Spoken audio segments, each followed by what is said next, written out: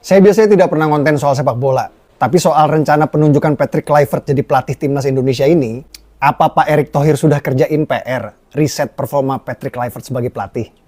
Pertama saya pengen ajak Pak Erick melihat timnas Curaçao yang dilatih Patrick Kluivert waktu mereka kalah 4-0 melawan Bahrain. Di pertandingan yang menurut saya aroma match fixingnya sangat kental. Perhatikan Mbak. وهذه المحاولة وهنا التسديدة كرة جول جدد وهنا يا على توصل مرة أخرى وهنا الخطأ خطفها جول جول تمريرة الخاطئة هنا الضغط الموجود خطفها ويا كرة الأمام ورأسية كرة يو لا لا لا لا لا هنا تمريرة الحوطي هنا ممكن رباعية هنا ممكن رباعية نعم رباعية لمدفع راسه هنا التمريرة Saya rasa tidak perlu jadi komentator sepak bola ya untuk menilai ada yang gak beres sama pertandingan tadi. Kedua, ada berita Patrick Kluivert pernah terlilit hutang judi. Ya mungkin itu yang mendorong dia melakukan match fixing saat melatih Curaçao untuk melunasi hutang judinya. Mungkin ya. Ketiga, Pak Erick udah tahu belum ada testimoni dari akun resmi timnas Curaçao yang viral di platform Twitter X. Yang mana Patrick Kluivert di situ disebut taktiknya buruk dan pemain kami sering bingung di lapangan. Yakin Pak Erick mau nunjuk orang dengan track record seperti itu untuk jadi pelatih timnas Indonesia menjelang pertandingan penting melawan Bahrain? Yakin Mbak? Shalom, Assalamualaikum, Om Swastiastu, Namo Buddhaya, salam kebajikan, dan salam cinta damai dari saya, Perianto Zamasi. Nah, Bapak Ibu, saudara-saudari dimanapun berada pada kesempatan ini, tadi kita sudah mendengarkan bersama apa yang disampaikan oleh Mas Permadi Arya, dan ini adalah teruntuk Pak Erick Thohir sebagai Ketua Umum PSSI. Ya, kita tentunya tahu bersama bahwa di hari Senin 6 Januari 2025 yang lalu, Coach Sinteyong resmi dipecat dari kursi pelatih tim nasional Indonesia, ya kan? Beliau datang di akhir tahun 2019 dan kemudian ya harus mengakhiri masa kepelatihannya di awal tahun 2025. Jadi ya ada sekitar 4 tahun beliau menukangi tim nasional Indonesia, dan tentunya memang kita melihat bersama bahwa tidak ada trofi yang boleh dipersembahkan oleh pelatih Sinteyong, tetapi ada prestasi yang sangat luar biasa tentunya, dan kita boleh bangga dengan apa yang sudah dilakukan oleh beliau. Awalnya ya timnas Indonesia berada di peringkat ke-173 FIFA gitu ya, tetapi kemudian di akhir ya tahun 2024 ini ya timnas Indonesia berada di peringkat ke-129, dan itu sangat luar biasa sekali. Dan kemudian ada hal yang lain, dan yang paling terakhir ini ya timnas Indonesia sedang ya berjuang untuk boleh lewat atau lolos di Piala Dunia 2026. Walaupun itu sebenarnya bukan target, tapi ini adalah kerinduan kita bersama. Kita sekarang di peringkat ketiga di klasemen grup sementara, dan tentunya berharap nanti bisa berada di posisi kedua sehingga lewat atau lolos otomatis di Piala Dunia 2026. Tetapi ya ini yang terjadi Bapak Ibu Saudara-saudari, memang ya PSSI sudah mengambil keputusan bahwa Sinteyong diberhentikan begitu ya.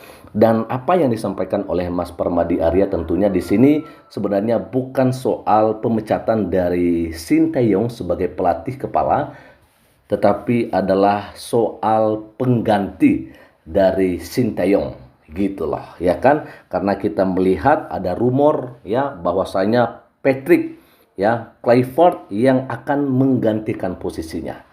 Dan tadi kita sudah mendengarkan bersama apa yang disampaikan oleh Mas Permadi Arya, beberapa hal begitu ya.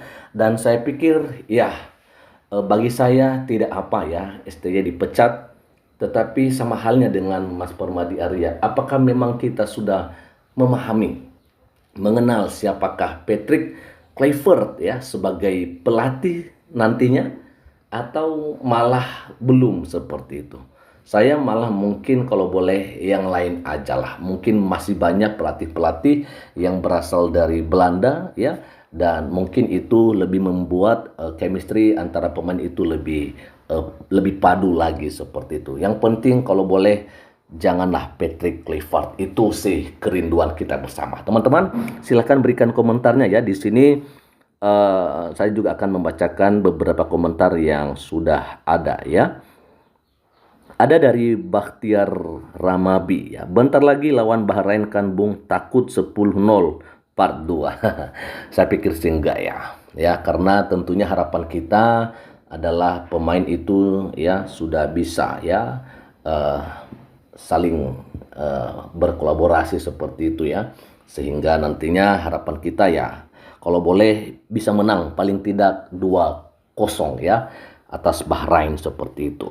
Ada juga komentar dari Irfan Indonesia, alasannya yang penting dari Belanda. Padahal kalau cuma itu kebijaksanaan, nggak sekalian abang-abang Holland Bakiri ditunjuk jadi pelatih. Banyak sih ya, kalau dari Belanda banyak lah. Louis van Gaal ya, masih banyak lagi lah. Ruud van Nistelrooy juga bisa jadi ya kan, kenapa tidak? Yang penting dari Eropa. Ada juga komentar dari J Gambar ya, jangan-jangan pelatih pesanan Bahrain. Ya semoga saja sih bukan teman-teman ya. Karena kalau kita melihat dari pertandingan Bahrain melawan Curaçao ini yang ngeri juga ya, sampai 4-0 juga ya. Mudah-mudahan bukan lah ya. Ada dari Prio Aktivitas, apakah ada campur tangan Bahrain? Ya tentunya nggak mungkin banget lah ya. Ada komentar dari Dedek Umay teman-teman ya. Dikatakan Forza Milanisti Inter keok semalam lawan Bahrain, Indonesia keok sama Bahrain. Lalu dari nomor volume, lihat direktur pendampingnya nanti siapa? Bos Louis van Gaal, mantan pelatih MU, Bayern Munchen, Ajax, Barcelona, timnas Belanda dan lain-lain ya kan. Louis van Gaal pernah membawa timnas Belanda juara 3 Piala Dunia, berkali-kali juara La Liga ya, UCL dan masih banyak trofi lainnya yang diraihnya. Ya, saya juga setuju sih kalau misalnya Louis van Gaal, setuju sih ya. Tapi kalau PK ini ya saya sih ragu teman-teman ya. Apalagi tadi ada hal-hal yang disebutkan oleh Mas Permadi Arya kan yang membuat kita jadi lebih ragu lagi ya kan. Ada dari bahasa Inggris ya, emang udah perbaiki ya, infonya masih rumornya. Kalau jadi waduh ya semoga saja hanya rumor sih ya. Karena kita juga dengar ya ada rumor kalau Louis van Gaal, dan itu sih boleh ya. Tepat lah saya pikir ya. Ada dari Paman Co, ya justru karena bisa diajak judi makanya dia dijadiin pelatih. Ini gawat sih ya. Dari apa yang disampaikan oleh Pak Erick Thohir ya sebenarnya, dan juga yang disampaikan oleh Pak Arya Sinulinga sebagai Esko PSSI ya. Sepertinya sudah tergambar bahwa sebenarnya bukan karena gagal di Piala AFF 2024 STY dipecat, tetapi sebelum bertanding di Cina gitu ya, ngelawan timnas China, di situ sudah ada sedikit hal yang membuat PSSI harus membenahi atau mengevaluasi ya, sehingga pada saat itu mereka memang tidak langsung memecat STY ya, karena bagi mereka ya kita kasih kesempatan terlebih dahulu ya, sehingga mungkinlah di waktu senggang ini ya itulah keputusan mereka untuk mengganti atau menghentikan STY dari kursi pelatih tim nasional Indonesia ya. Bagi saya nggak apa-apa ya, yang penting carilah yang terbaik ya, kalau boleh lebih baik lagi daripada STY seperti itu ya. Ada komentar dari Sumut Kecil, dan bisa jadi Clifford akan menjual pertandingan timnas di babak ketiga. Nah, ini yang kita takutkan teman-temannya, jangan sampai lah ya. Dan ini dari Klub Matic, kenapa harus ganti STY dan mengeluarkan pesangon 60 miliar? Lebih baik uang 60 miliar itu dibuat untuk pengembangan sepak bola Indonesia. Ya, saya pikir karena kontrak Pak Sintayong itu sampai tahun 2027 dan itu pasti akan dikasih gitu loh ya, nggak mungkin ditahan, karena yang namanya kontrak sampai 2027 maka semua gaji itu pasti akan disetor ke beliau. Kasihan juga sih ya, uang sebesar itu ya hanya dibuang-buang begitu saja ya kan.